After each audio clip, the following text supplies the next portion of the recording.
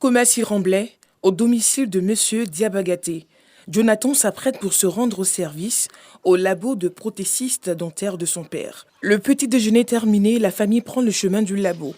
Une fois arrivé, les tâches s'enchaînent sous le regard du père de famille. Jonathan a toujours rêvé d'apprendre l'activité de son père. Les vacances scolaires, une opportunité donc.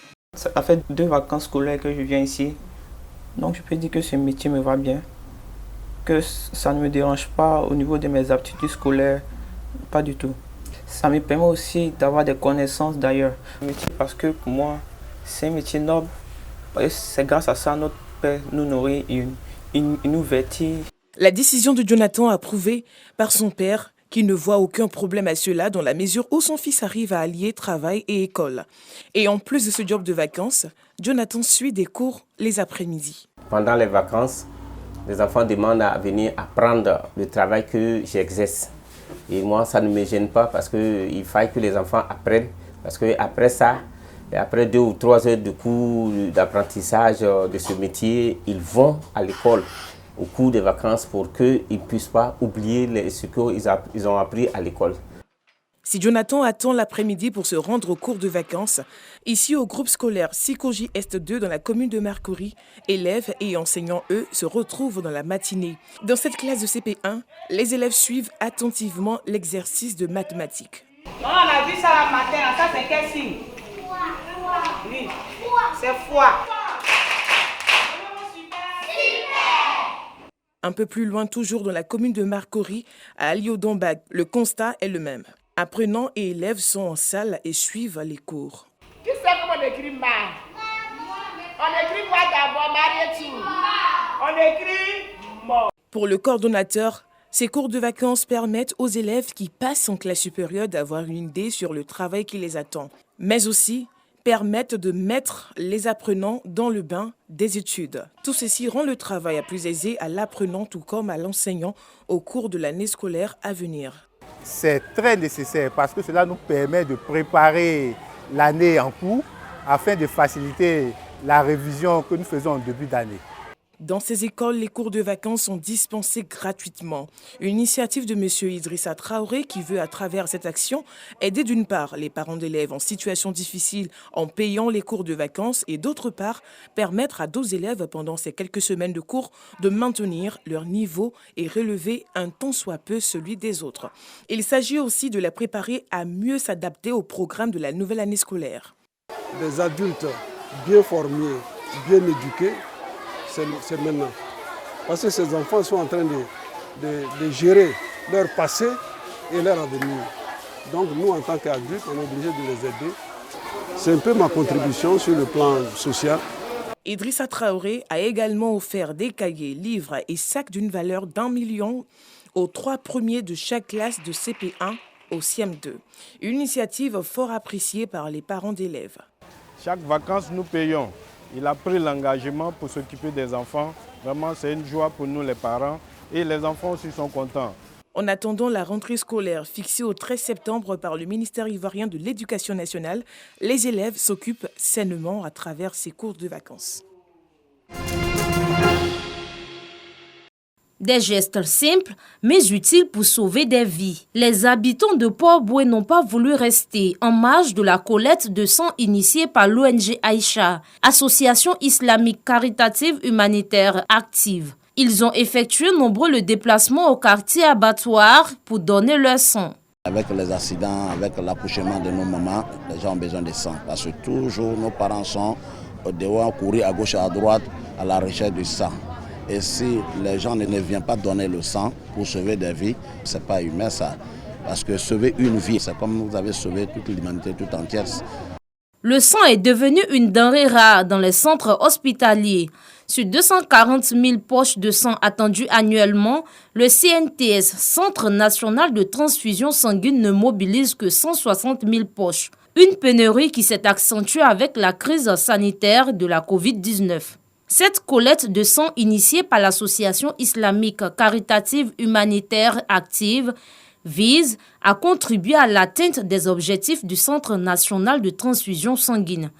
Tout le monde a besoin de sang, donc nous avons voulu jouer notre partition en soutenant un peu le Centre national de transfusion sanguine et en venant donner bénévolement ce sang qui peut sauver beaucoup de vies. Donc nous avons essayé de mobiliser le maximum aussi d'associations ici à Port-Bouët afin de venir nous soutenir ce jour pour récolter le maximum de sang afin de sauver toutes ces vies. Ce sont plus de 300 poches de sang que cette organisation non gouvernementale entend collecter. Créée en 2019, l'association islamique caritative humanitaire active a pour but d'apporter aide et assistance aux couches défavorisées.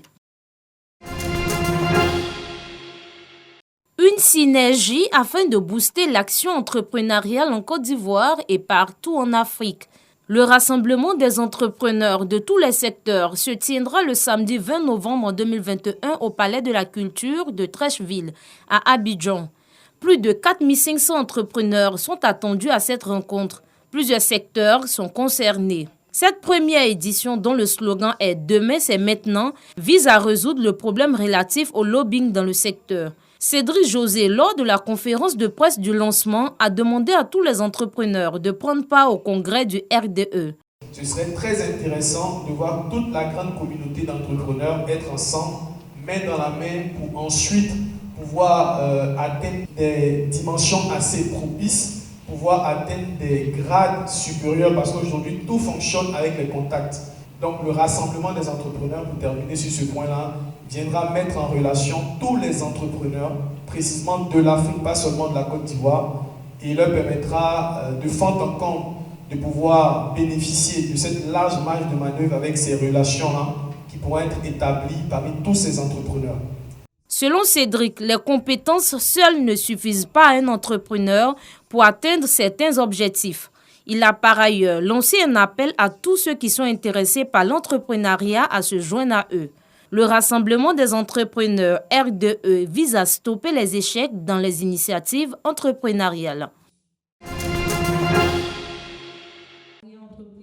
200 présidentes de coopératives et d'organisations féminines du district autonome de Yamoussoukro sont à l'école de l'entrepreneuriat et de l'autonomisation. Comment réussir mon business en tant que femme était le thème de la formation.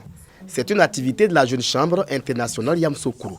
À travers ce renforcement de capacités, ce club service veut contribuer à la promotion de l'entrepreneuriat féminin afin de faire de l'autonomisation de la femme une réalité à Yamoussoukro. Cette activité, nous l'avons effectuée pour les femmes de Yamoussoukro, pour leur permettre de se prendre en charge, pour développer ce qu'on appelle la confiance en soi, pour leur permettre d'être autonomes et faire des femmes de Yamoussoukro des élites. Les participantes ont été encouragées à développer des projets bancables et rentables. Ces leaders de femmes ont été également formés sur la confiance en soi. On peut être intelligente, on peut avoir les compétences, on peut également avoir tout ce qu'il faut, mais tant qu'on ne passe pas à l'action, on ne peut pas parler donc là de pouvoir entreprendre. Donc l'entrepreneuriat va nous donner donc la force de pouvoir passer à l'action, de pouvoir entreprendre ce qu'on veut, mais pour pouvoir entreprendre, il faut d'abord qu'on ait confiance. Des femmes devenues des modèles de réussite dans la société ont partagé leur expérience avec les participantes. Être autonome, c'est apprendre à faire des petites choses, mais sans forcément compter sur quelqu'un. Et lorsqu'on vous donne quelque chose, il faut savoir multiplier cette chose-là. Et tout ça a été donné comme formation à nos moments. La formation sur l'entrepreneuriat féminin et l'autonomisation n'est pas la seule activité de la Jeune Chambre internationale Yamoussoukro à l'endroit des femmes. Des programmes sur l'allaitement et la nutrition sont prévus les mois à venir. À l'allocodrome de Niangon, dans la commune de Yopougon, ambiance particulière sur cette scène.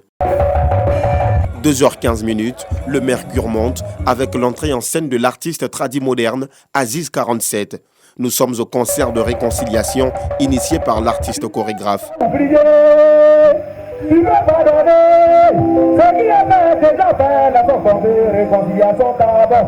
Un cocktail de variétés modernes, traditionnelles, mais aussi de l'humour ont fait vibrer l'allocodrome. Selon les initiateurs, ce spectacle musical vise à promouvoir la réconciliation. Ce n'est pas facile de réunir autant de personnes et les messages forts qu'il a délivrés sont des messages importants pour soigner, pour guérir, pour donner de l'espérance. Le concert de réconciliation tenu à Yopougon a vu la participation de plusieurs personnalités politiques, administratives et les gardiens des traditions. Ils ont marqué leur adhésion à cette initiative de l'artiste à travers plusieurs dons de diverses natures.